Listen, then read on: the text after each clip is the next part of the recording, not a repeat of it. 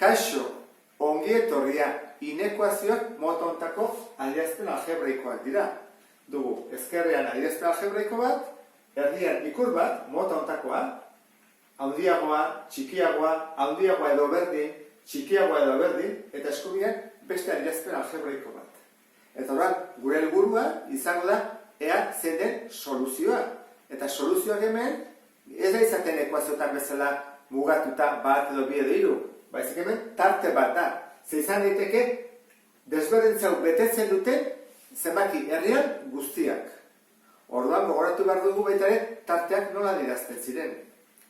Zer gertatzen da guk lortu behar dugu hemen isolatzea ekuazioetan bezala. Orduan, pasa daitezke hemengo gaiak batetik bestera batutzen dagoena kentzen da. Kentzen dagoena batutzen, hori daiteke bidertzen duena zatitzen, eta zatitzen dagoena bidertzen. Adibidez. Batutzen dago, ez da? Beste aldea kentzen. Ordan, gelditzen zego, isak izan behar dula, bat baina handiagoa. Adibidez, bi. Bi da, bat baina handiagoa. Hemen balio du, bai, bi gehi bost, zazpi handiagoa da. Ordan, hemengo soluzioak eta hemengoak baliokideak direnez, orain jarri beharko nuke tartea. Tartea, lehenengo mailako adierazpen algebraiko hauetan izaten da zuzen erdia. Esango zu, zuzen erdia zergatik. Lehenengo mailako ekuazioak hori izaten dira, ezta? Nik baldin badu grafikoa, guaz izaten horrela. Baldin bada koefiziente nagusia positiboa noski. Aurkitzen badugu hau, puntu hori, A. Nahi baldin badugu jakin zeintzu diren zer baino txikiagoak ezkerreko guztiak. Eta positiboak eskubiko guztiak. Orduan da, zuzen erdia soluzioa. Orduan izango da, bat baina handiagoa denez, izango da, batetik hasi eta plus infinito arte. Guzti hori dira honen soluzioak. Noski, hau da, zuzen erdi irekia. Zergatik, bat ez delako sartzen tartean, kanpoa gelditzen da. Horretik, hau izango zateke bere soluzioa. Hemen ere aurkitu beharko nuke puntu hori. Non hasten den 0 baino handiagoa izaten, eta noiz zen 0 baino txikiagoa.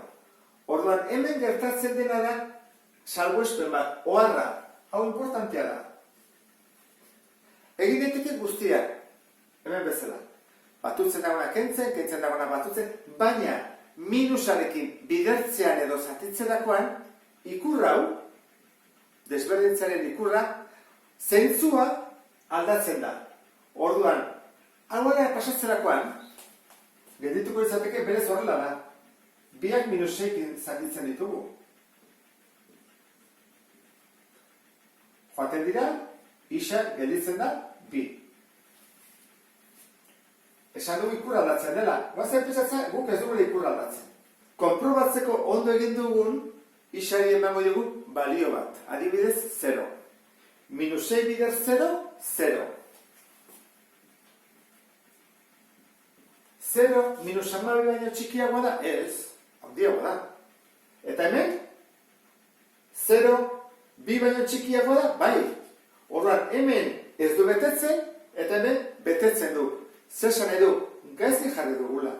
Orduan, egin behar da, horrela. Uste, kontu zonekin, Horren, bai. 0, bi baino handiagoa da, ez. Orduan, hemen ez badu betetzen, hemen ere ez du bete behar. Zentzu aldatu behar da minusarekin egiterakoan. Soluzioa aurkitzeko beste bidea hau izango litzake. Kentzen dena batutzen pasa daiteke. Ez da zentzu aldatzen. Orduan, kentzen dena batutzen. Eta hau, kentzen dena batutzen. Horren bai. Bidertzen edena, zatitzen, positiboak pasa daitezke, arazori gabe. Uste duzu? Berdina da. Isak izan behar du, bi baina handiagoa edo berdina, hemen ere bai. Guk normalean hau erabiltzen dugu. Egiten dugu bere zentzu aldatu. Baina iruditzen bazaizu, kentzea edena batutzea pasa, hori ere egin daiteke. Horrak, hemengo soluzioa zen izango litzake, ze hau izango litzake bain, bi. Izango litzake, esan dugun bezala, bi baina handiagoa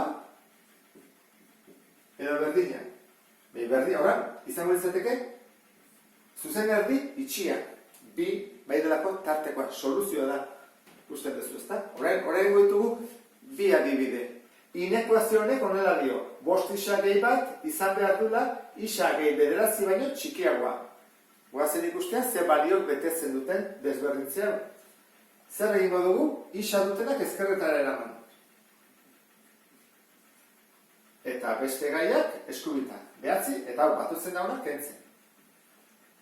Hau izango izateke lau isa, 8 positiboa da. Orduan pasa dezakegu zatitzen bere zentzua aldatu gabe. 8 zati da, 2. Horrek esan nahi du soluzioa izango dela 2 baino txikiagoa, beraz zuzen erdi irekia. Jarri ezagun orduan, 2 baino txikiagoa, horra hasiko gara minus infinitotik. Erekia eta erekia. Hau izango izateke soluzioa. Minus infinitotik, 2. Lehenengo mailako inekuazioekin bukatzeko, hemen dugu azkeneko adibidea. Dugu hemen parentesi bat, eta hemen zatiki bat. Orduan, zer kentzen da lehenengo? Parentesia, ezta? Orduan, egingo dugu banatzea probetatea, minus 15, ken 5 isa, eta gelditzeu beste atala, eskubikoa berdina. Bigarren pausoa izaten da, izendatzaileak kentzea. Orduan, zerrekin bidertu behar ditugu denak, multiplo komun txikienarekin. Hemen, 2 bakarrik dago. Orduan, bidertzen dugu dena bikin, eta kentzen dugu izendatzailea. Bider bi, hauek ez dira bidertu behar, eta hau bai. Hora ez egin behar dugu, isak ezkerretara eraman, edo eskubitara. Eraman dugu ezkerretara. Orduan gelditzegu, minus 10 isa, ken isa, eta eskubiko aldean, bat gehi 2, eta hau kentzai dena batutzen. Gehi 30. Ezkerrean, minus 10 ken bat da minus 11, eta hemen 33. Iritsi gara gure oharrera. Kusten duzu, koefizientea minus dela. Orduan, 2 atalak bidertu behar dira edo zatitu behar dira minus 11arekin. Orduan, zer egin behar dugu bere zentzuarekin? Aldatu. Aldatzen dugu. Eta horren bai, pasa ezakegu. Eta hori da, minus 3. Izan bat du, minus 3 baino handiagoa edo berdina. Bada espada ere egiaztatu egingo dugu. Egingo dugu 0arekin, errexena dela. Jarriko dugu 0. 0 handiagoa edo berdina, minus 3 baino. Betetzen da, bai. Orduan nik hemen jartzen badut, baita ere bete behar du. Ordezkatuko dut. Hemen 0 baldin bada, da minus 5 bider 3, minus 15. Hemen 0 jartzen badut, da erdi bat, edo 0,5, gehi bat. Betetzen da? Bai, ez da? 1,5 handiagoa da, minus 15 baino. Orduan, egiaztatu dugu. Behintzat, ondo egin dugula. Gogoratu zaitez, beste bidea zein den. Hemeniko honea, egin zitekeen pase eskubitara, plus 11, pase azkarretara, minus 33, eta hain, bai, minus 33, zati 11, minus 3. Berdina da, ezta? Ikustezu. Inekuazioaren soluzioa jartzea falta zaigu. Soluzioa izango da minus 3tik aurrera. Ezta? Handiagoak. Minus 3 bai da tartekoa. Horra, itxingo dugu. Eta eskubitik plus infinito arte, eta hori ez da izte. Erekia da. Orduan, hau tartea da. Gogoratu, baldin badu berdin, handiago edo berdin edo txikiago edo berdin, izaten dira zuzen erdi itxiak. Eta bestela izaten dira zuzen erdi erekiak. Hori da, lehenengo mailako inekuazioekin. Orain falta zaigu, bigarren mailako inekuazioak ere aztertzea. Horrekin amaitzen dut, beste bat arte. Agur?